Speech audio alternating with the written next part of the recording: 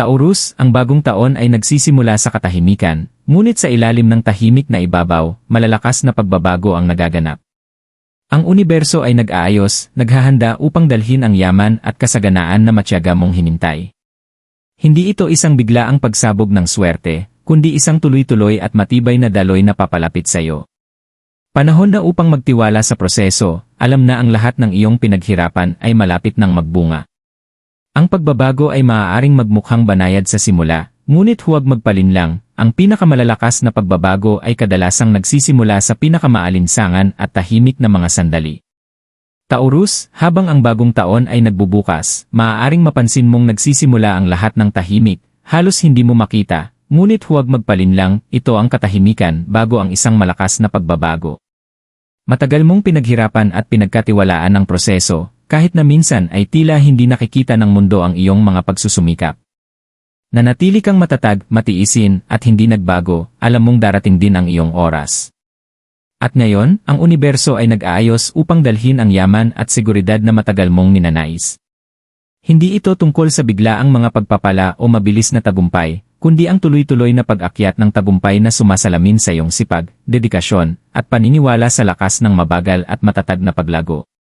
Ang tahimik na enerhiya ng bagong taon na ito ay naglalaman ng pangako ng kasaganaan, katatagan, at muling pagsilang ng layunin. Magtiwala na ang lahat ay umuunlad ayon sa nararapat, at alam mong dumating na ang iyong oras para sa kasaganaan. Ang tahimik na pagbabago. Para sa Taurus, ang pagbabago ay kadalasang isang proseso na dumarating ng dahan-dahan, halos hindi mo namamalayan.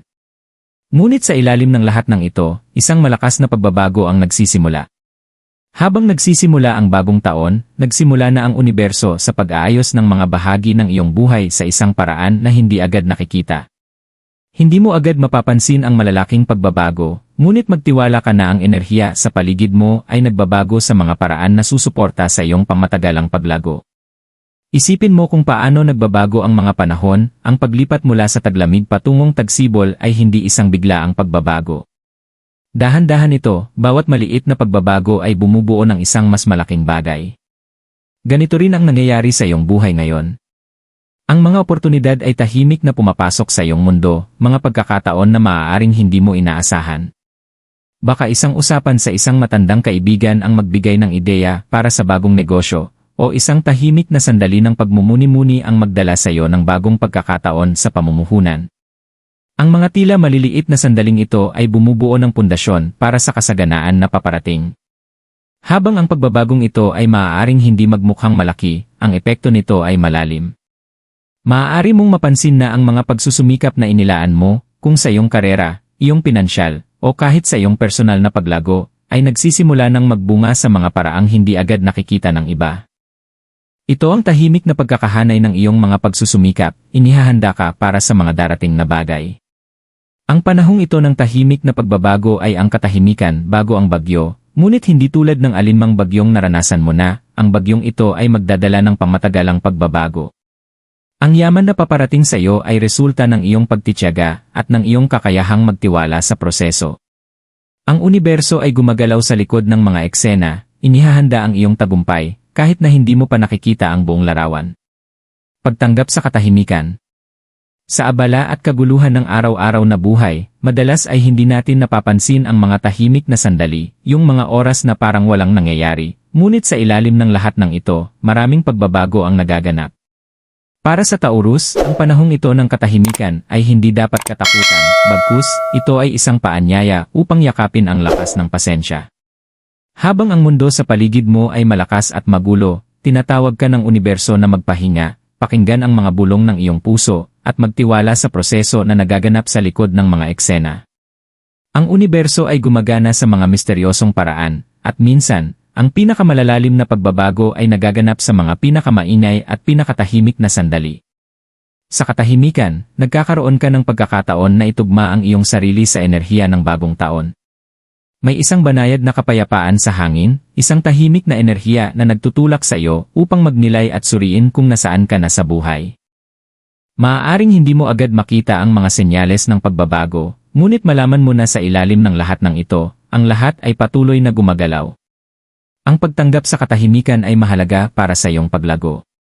Ang katahimikan ay nagbibigay sa iyo ng oras upang magpahinga, magmuni-muni, at pakawalan ang anumang bagay na hindi na nakikinabang sa iyo. Ito ay isang panahon upang linisin ang espasyo sa iyong isipan, puso, at buhay para sa kasaganaan na malapit ng dumaloy. Sa nakaraan, maaaring nasanay ka ng magmadali at pilitin ang sarili patungo sa tagumpay. Ngunit ngayon, ang universo ay hinihiling sa iyo na hayaan mong dumating ang mga bagay sa iyo, natural, sa kanilang tamang oras. May malaking kapangyarihan sa pagsuko sa prosesong ito. Hindi mo kailangang pilitin ang mga bagay na mangyari. Ang yaman, seguridad, at kasaganaan ay paparating, ngunit kailangan nilang dumating sa paraang naayon sa iyong tunay na sarili.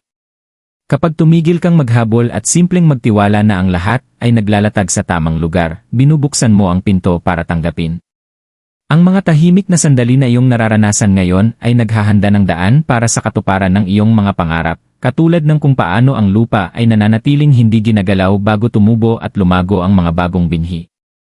Magtiwala ka na darating ang iyong oras. Ang katahimikan ay hindi walang laman, ito ay puno ng enerhiya ng manifestasyon na naghahanda sa iyo para sa isang hinaharap na puno ng pangmatagalang kasaganaan.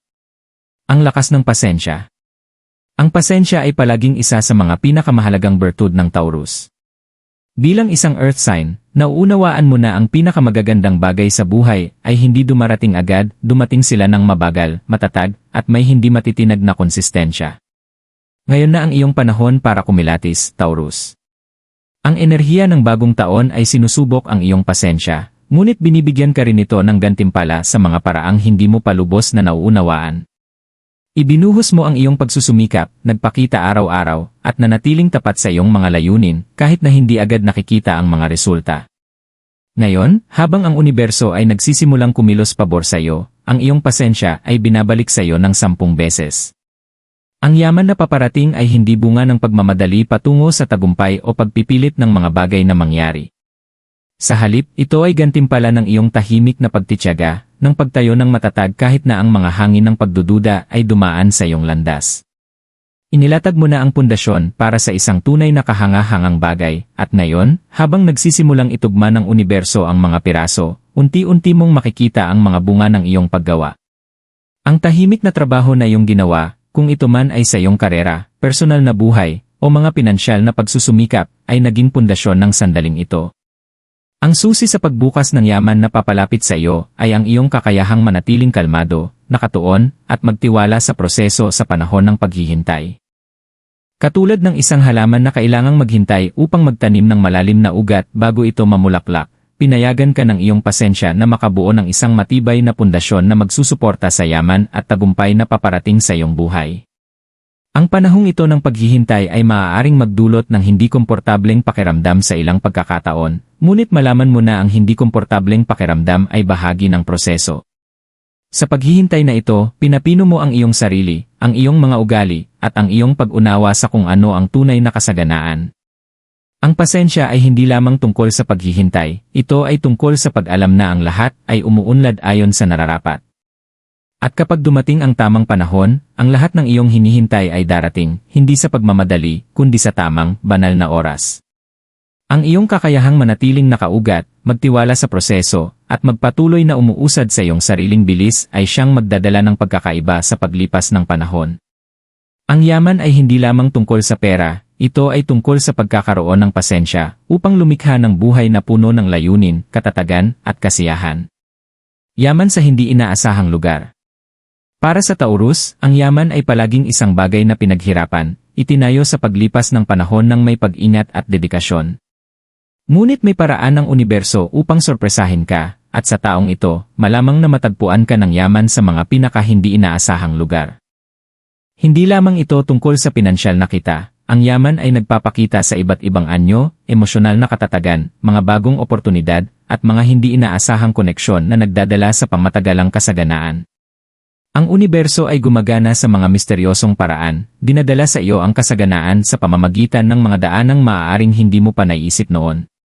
Maaaring ang isang simpleng usapan sa isang dating kakilala ay maging bagong pakikipagsosyo sa negosyo, o isang kasanayan na tahimik mong pinapaunlad ay biglang magiging in demand.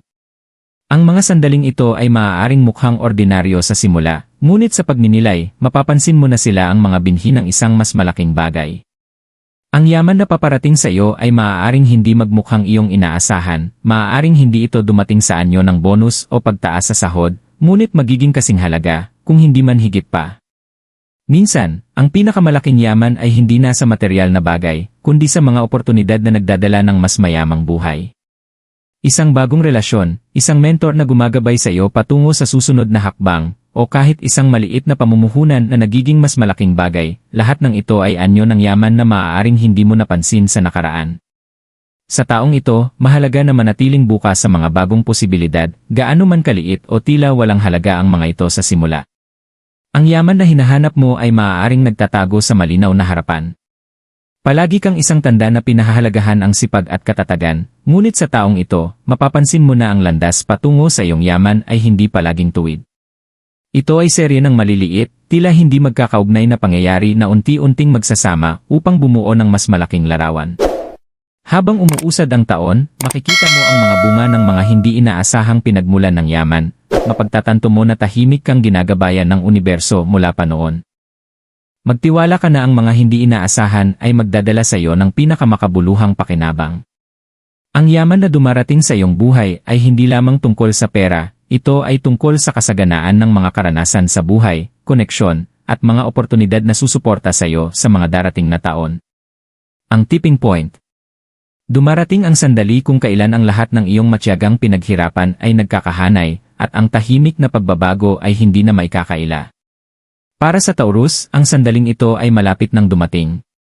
Habang nagsisimulang ipakita ng universo ang yaman na tahimik na nabuo, matatagpuan mo ang iyong sarili sa tipping point, kung saan ang lahat ng iyong nagawa hanggang ngayon ay nagtatagpo upang bumuo ng isang kahanga-hangang bagay. Ang dating tila maliliit na hakbang ay biglang magiging malalaking paglukso, at ang dating hindi tiyak ay magiging malinaw at may layunin. Ang tipping point ay hindi palaging isang malakas na pangyayari, kadalasan, ito ay dumarating bilang tahimik na pagkaunawa. Isang araw, magigising ka at mapagtatanto na ang mga pagbabagong hinihintay mo ay hindi na lamang nasa hinaharap, narito na sila, nagbubukas sa harap mo. Ang mga oportunidad na matiyaga mong hinihintay ay sa wakas ay magkakaroon ng malinaw na direksyon, at ang iyong mga pagsusumikap ay magsisimulang magbunga ng nakikita. Maaaring matanggap mo ang job offer na matagal mong inaasam, makita ang paglago ng iyong ipon sa mga hindi inaasahang paraan, o matagpuan ang mga bagong oportunidad na magdadala ng pinansyal na kalayaan. Ito ang sandali kung saan ginagantimpalaan ng universo ang iyong tiwala at pasensya.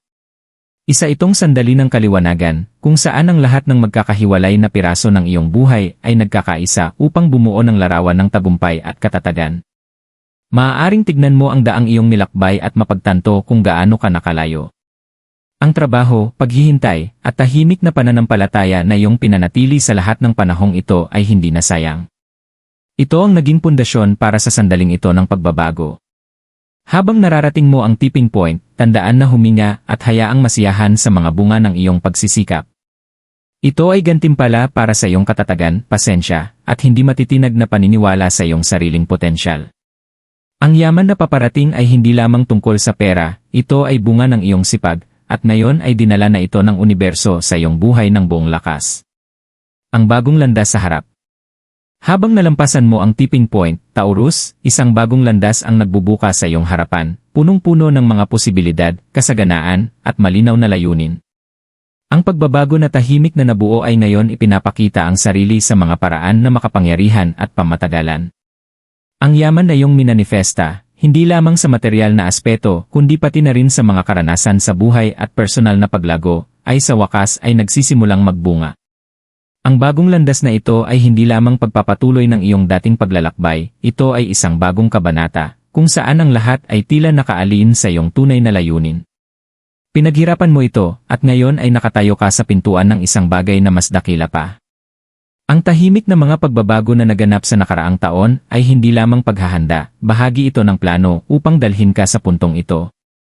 Hindi ka na naghihintay para matagpuan ka ng tagumpay, narito na ito, at handa na para sa iyo na ang kinin. Walang hanggan ang mga oportunidad sa hinaharap.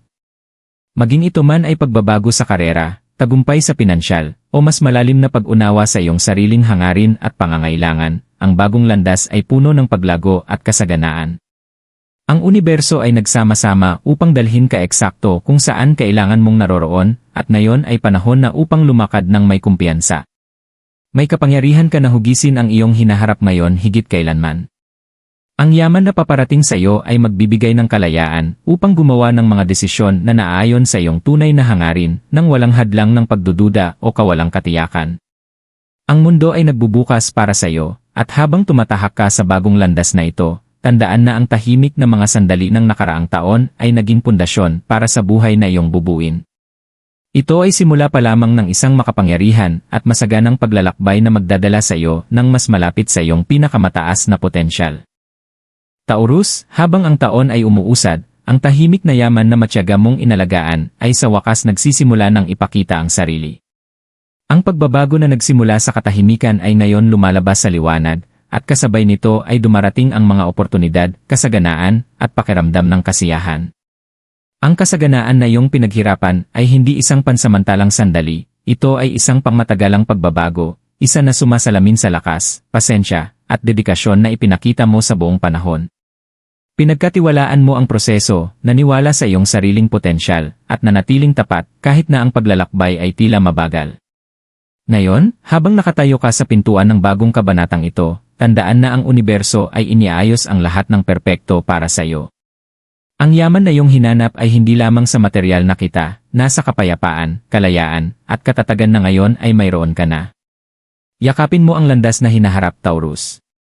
Iyon na itong tahakin, at nagdadala ito ng buhay na mayaman sa bawat aspeto ng ibig sabihin ng salitang iyon.